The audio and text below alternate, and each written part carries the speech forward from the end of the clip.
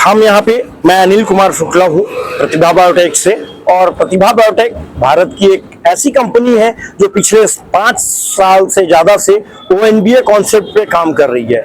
हमारा major concept है ONBA का, organic and nutritionally balanced agriculture.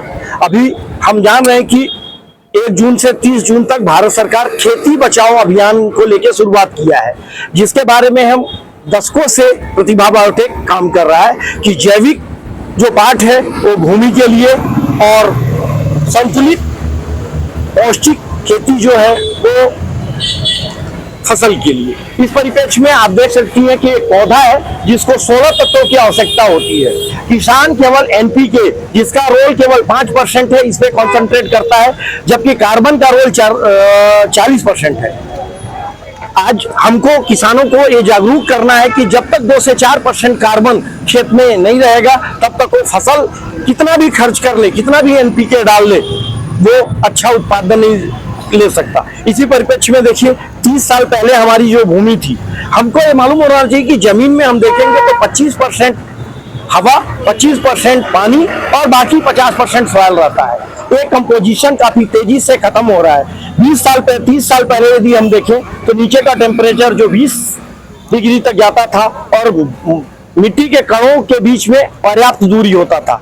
आज ये टेम्परेचर 25 जा रहा है। वर्तमान में भूमि का टेम्परेचर 30 डिग्री जा रहा है। इस 30 डिग्री जाने से सबसे बड़ा जो नुकसान है, जमीन में सूक्ष्म जीव होते हैं। सूक्ष्म जीव जैसा हम ब्रह्मांड में देख रहे हैं, इससे ज्यादा सूक्ष्म जीव भूमि में है। इनके कमी के कारण ही आज ये स्थिति आ गई है कि जहाँ पे पहले 10 kg रासायनिक खाद का जरूरत पड़ता था, किसान बोरी का बोरी 150 किलो और 200 किलो डाल रहा है, फिर भी वो वांछित फसल नहीं ले पा रहा है। इससे सबसे बड़ा नुकसान है कि जो आहार मिल रहा है वो खाने लायक नहीं है, वातावरण प्रदूषित हो रहा है, जल प्रदूषित हो रहा है और किसान को भी मुनाफा नहीं हो रहा है। किसान को कैसे बताएंगे? किसान को हम बताएंगे कि भाई आज आप जो प्रैक्टिस कर रहे हैं उसमें कार्बनिक पदार्थों का रोल सबसे बड़ा है। यदि कार्बनिक पदार्थ नहीं है तो आप भविष्य में खेती ही नहीं कर पाएंगे, फ्लावरिंग आएगा, फ्रूट सेट नहीं होगा।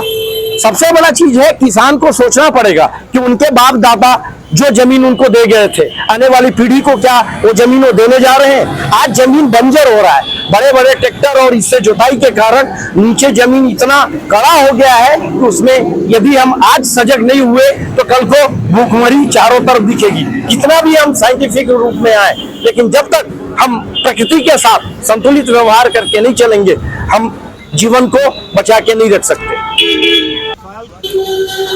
सबसे बड़ा प्रश्न आता है कि हम ONBA क्यों अपनाएं?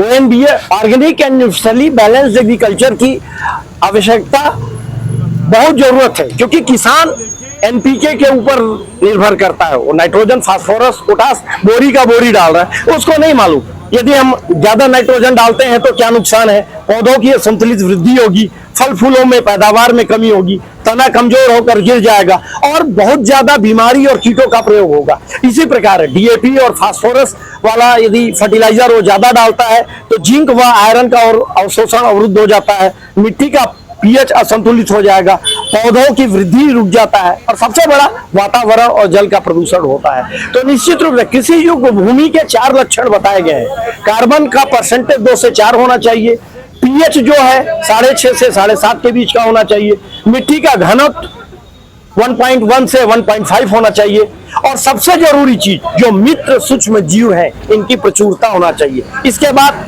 संतुलित मात्रा में यदि किसान पोषक तत्वों का उपयोग करता है तो उसका उत्पादन भी बढ़ेगा और वो सही खाद्यान्न जो लोगों को खाने लायक है हमको दे पाएगा। इसी परिप्रेक्ष्य में हमने ONBA का शुरुआत किया है और घर घर गांव गांव जाके लोगों को जागृत करेंगे कि रासायनिक और ऑर्गेनिक फर्टिलाइजर के बीच एक संतुलन बनाएं, जिससे आपकी जमीन भी सुधरेगा। हमारा लोगो भी है कि जमीन को छोड़कर खेती कब तक। और दूसरा इसी परिप्रेक्ष्य में हम कहते हैं भूमि सुधार से उत्पादन में वृद्धि, यही हमारा लक्ष्य है। धन्यवाद।